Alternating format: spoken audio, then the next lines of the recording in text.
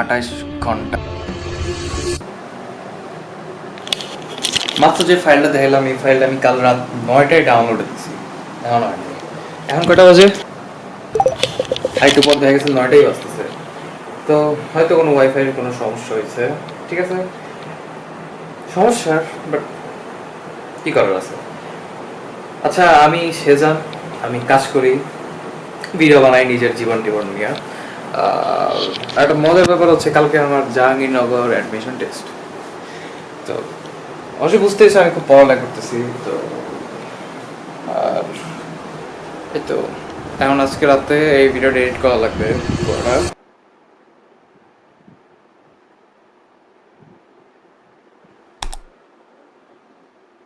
আর একটু পর এক্সাম দিতে যাওয়া লাগবে।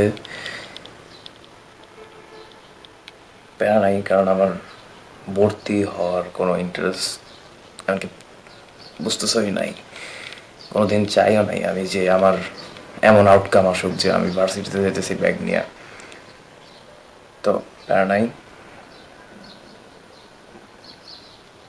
বাট অনেকদিন পর কোনো ইনস্টিটিউশনও যাইতেছি। তো আইসা ভিডিওটা শেষ করা লাগবে, যে ভিডিও এডিট করতেছিলাম রাতে। তারপর একটা ভিএসএল শ্যুট করছি, ওটা এডিট করা লাগবে। তো তোমাদের সাথে এমন হয়েছে নাকি, ধরো প্রকৃতি তোমাদের একটা লেসন শিখাইছে, বাট তুমি তারপরেও ভুলে গেছো, তারপর সেম জিনিস আবার ঘটছে, আবার শিখাইছে,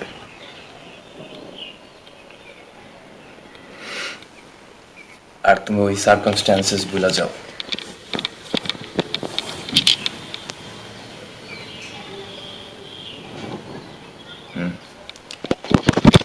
কিন্তু ভাবো যে এবার আর ভুলবো না,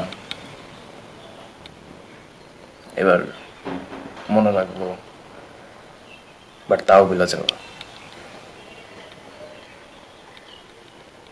Have to figure it out. ওকে, চলো এক্সাম দিয়ে আসবি।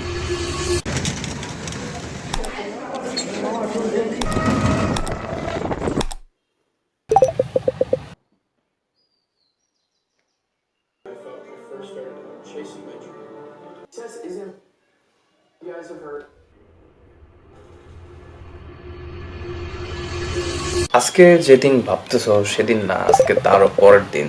তো ভিডিও আপলোড দেওয়া শেষ, সব কাজ শেষ, মানে একটা পর্যায়ে যা এনার্জি দিতে দিতে দিতে দিতে একটা পর্যায়ে আসে যে মানুষ বার্ন আউট হয়ে যায়। আমার এখন ওই স্টেজ চলে আসছে, এখন রেস্ট নেসেসারি হয়ে গেছে।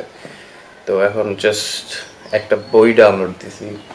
বাংলাদেশে বিভিন্ন ইয়েতে খুঁজতেছিলাম, এই বুক স্টোর ফর যে আছে অনলাইন, পাই নাই। পরে কি যেন নাম, অ্যামাজন থেকে ডাউনলোড দিছি, তারা দেখে দ্য পাওয়ার অফ ইমাজিনেশন, নেভিলের। এই বইটা নেওয়ার কারণ হচ্ছে জাস্ট যাতে চিন্তা করার কিছু, যাতে কোনো কোয়েশ্চেন, নতুন কোয়েশ্চেন পাই বা নতুন কিছু শেখা পারি। আমি তেমন একটা বই টই পড়ি না, দেখা গেছে বই পড়তে ভালো লাগে না। পডকাস্ট, অডিও বুক এগুলো কনজিউম করা হয় না। তবে এই বছর আমার মনে হয় না আমি একটা মুভি বা কোনো সিরিজের পার্ট দেখছি, এত কাজ গেছে। It's okay.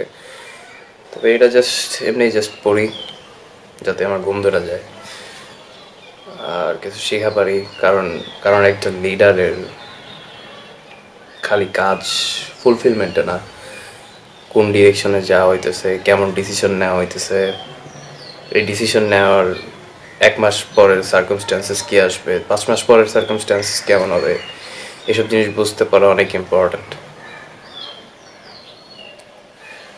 তো এগুলো জানা উচিত, চিন্তা করা উচিত, এই কারণেই পিক করা, এটা চুজ করা।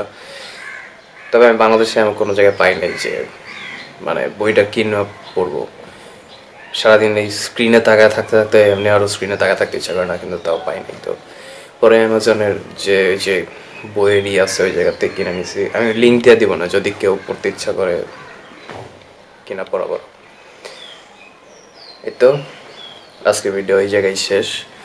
তবে ম্যান অ্যাডমিশন টেস্ট দেওয়া মজাই লাগছে, কারণ ওই এক্সপিরিয়েন্স আমার জীবনেও আর আসবে না, যে আমি ওই জায়গায় যাই পরীক্ষা দিতেছি। মজার।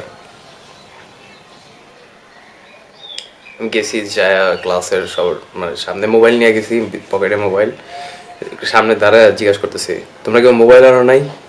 কারণ কারণ আমি জিজ্ঞাসা করবো যে মোবাইল টিচার আসার আগে সামনে রাখবো নাকি টিচার আসার পরে যা রাখবো। পরে সবাই বললো যে টিচার আসুক তারপর যায় সামনে রাখো।